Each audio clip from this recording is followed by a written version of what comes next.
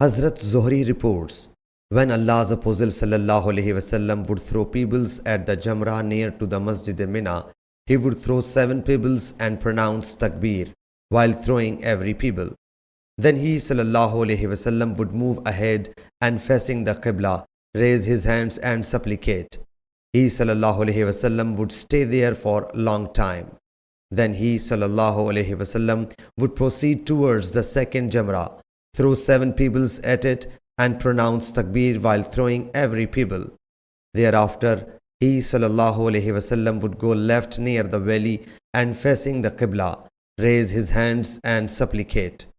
Then he ﷺ would come to Jamrah that is near to the Aqaba.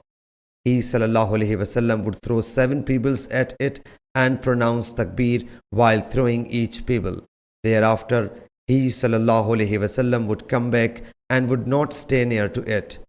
Zuhri says, I heard Salim bin Abdullah narrating the Hadith in the same way as his father would report from the Prophet ﷺ, and Hazrat ibn Umar radiyallahu anhu would do the same. Sahih Bukhari, Hadith number 1753.